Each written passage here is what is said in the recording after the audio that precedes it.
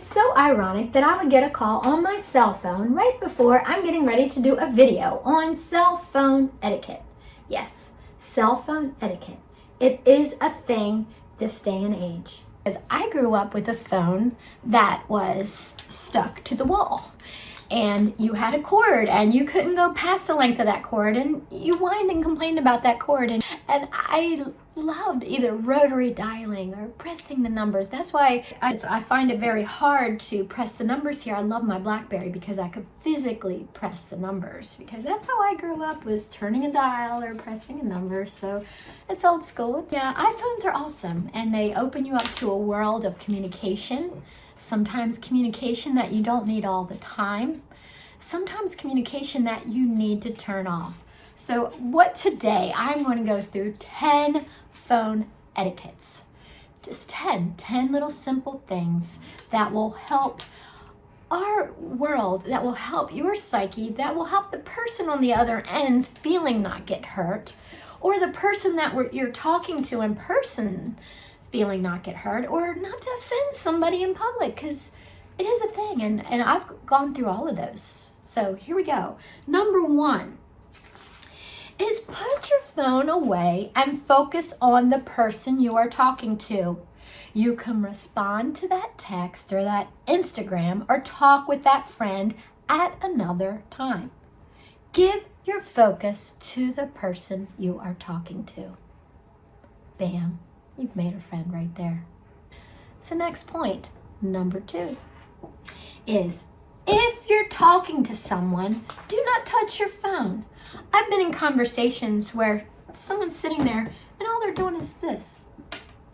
And I'm like, is my conversation with you not more important than that little text that might be coming in or whatever's going on here? And my feelings have been hurt sometimes by that, which I'm sure yours have too. So number 3 is speak appropriately. And when I say that, I mean tones and language. If you're a person prone to bad language, speak your tone appropriately.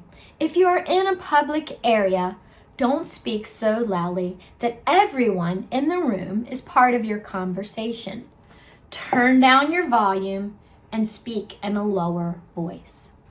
So number 4 is don't let your music on your phone be an annoying jukebox. Meaning, don't play your music loudly or openly. Put your earbuds in. Or they might be in an important conversation too that needs quiet and not a huge loud musical sound around them. And I love music. I love to hear music. I love to hear other people's music. But sometimes when I'm having that personal conversation, or I'm out at the pool and I just want quiet, or I'm out at a park and I just want to hear the birds, and you got someone's music blaring loudly on their phone. It used to be a jukebox, which you put on your shoulder and bam, bam, bam, but now everybody's got a jukebox on their phone. So number 5, if you're driving and you have to take a call or send a text or anything that has to do with your phone, pull off the road. And this is phone etiquette, because number 1, you could wreck and hurt yourself. You could run into another person. You're affecting other people. You should not be on your phone. Most states have a law, but sometimes that click comes in and you have to look down for that second, or you want that song and you look down for that second. Just wait. Wait till you get to a stoplight. Wait till you get to pull off to the side of the road. Because what you are dealing with will wait. It will wait. It can wait. We've lived centuries without phones at all. What is coming in on your phone or you want to put out on your phone can wait. So number 6, turn your phone off. When it's time to sleep, sleep. Take a break from your phone. You don't need to look at those pictures. You don't need to see what so-and-so is doing. Take a break from your phone. You need to sleep. When it gets to be 9 o'clock, 8 o'clock, or 7 o'clock, or 11 o'clock if you want to go that late. Me, I'd rather be 7 o'clock, turn my phone off, or 5 o'clock, turn my phone off and focus on my husband, on my family, on my kids, on my life. Focus on my life at certain times. So take a break from the phone. It'll just relax you. It's doing a benefit for you. We've got number 7, and that is verbally excuse yourself when you have to take care of an important phone call or message. So let's say I'm talking with someone. Well, yeah. Could you excuse me for just a moment? I do need to take this call. So I really, really, really apologize. I've been waiting for this call for forever. I'll be right back with you. And that's talking to a person in front of you. And they will be fine. Their feelings won't be hurt. They'll walk away. They'll go do something else. You can go finish your phone call. Yeah, that's wonderful. We'll do that later. Okay, bye. Hey, so-and-so. I'm so sorry I had to do that. So there. That is etiquette. Not hurting their feelings. It's getting your business done. So verbally excuse yourself when you do have to take an important phone call.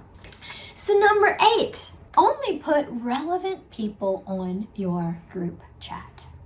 One of the most annoying things is to keep getting dings from something or someone you're not really interested in.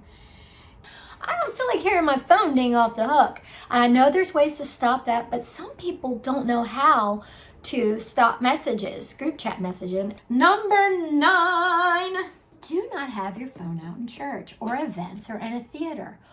When I'm sitting in a theater and I just paid $11 to watch this thing, or even $5, took my time out to go see this, and someone in front of me has their phone lit up.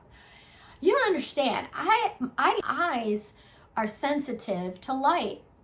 And my eye goes straight to that light and it sends a beam right into my head and I get an automatic headache. So yeah, you're scrolling through your text, you're looking at your pictures or whatever, but you're hurting the person behind you.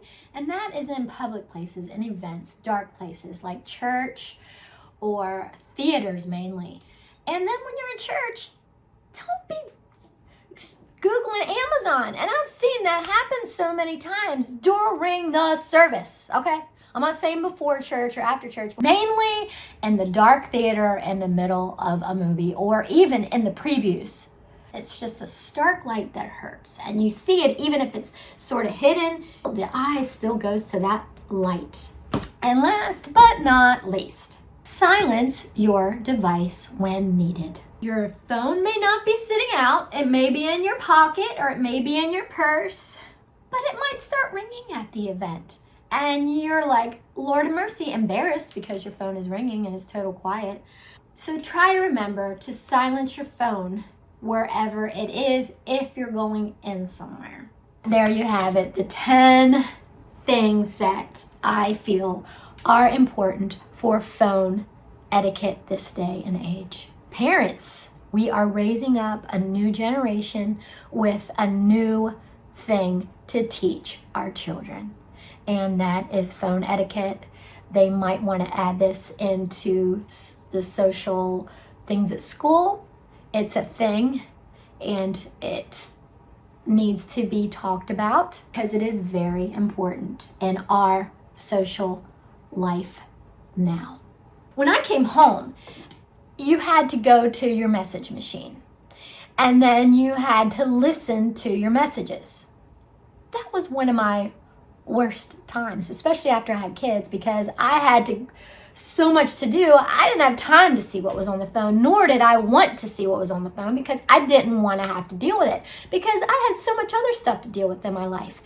And now this thing that used to be on the wall, this thing that you used to take 5 minutes out of your life to deal with is now a constant nagging thing. You know what? My grandfather, he ripped his phone out of the wall because he didn't want to take any more calls anymore. I don't blame him. Here is my conclusion. I feel what this basically boils down to is respect. Respect for others and respect for yourself, for you. You are more important than what your phone has to give. And so is the person you are speaking to. Don't let the phone keep you from proper sleep.